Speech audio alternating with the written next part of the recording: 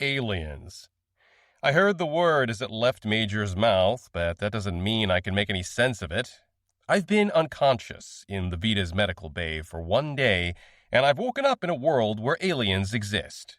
And hell, if what Major is telling me is true, they don't just exist, they're talking to us. It's a lot to take in, Ray, Major acknowledges. Especially in your condition. I can only imagine. But like I said, the main thing is that everyone survived yesterday's sabotage attack, and your family is safely back on Earth. I know it doesn't feel like it right now, but humanity could be in a better position now than we were before the virus attack. I narrowed my eyes, which have more or less adjusted to the bright overhead lights. I'm starting to wonder if my ears need to adjust too, though, because I'm struggling to see many positives that would justify thinking we're in a better position than we were. For one thing, the virus that took hold of the station has been decisively neutralized, and arrests have already been made. Major continues. I think he sensed from my expression that some explanation is needed.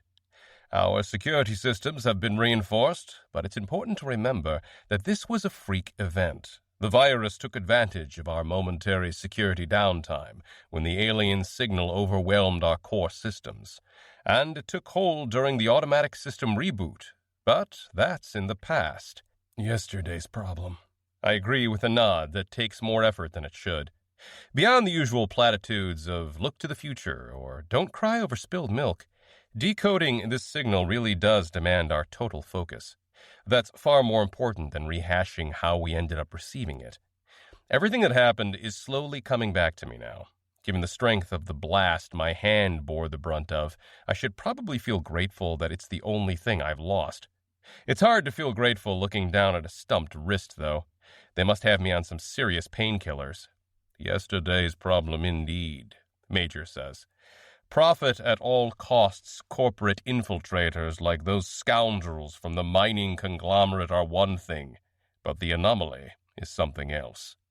The anomaly is the problem we have to solve, and fast. Our hope is that there is a solution inside this signal.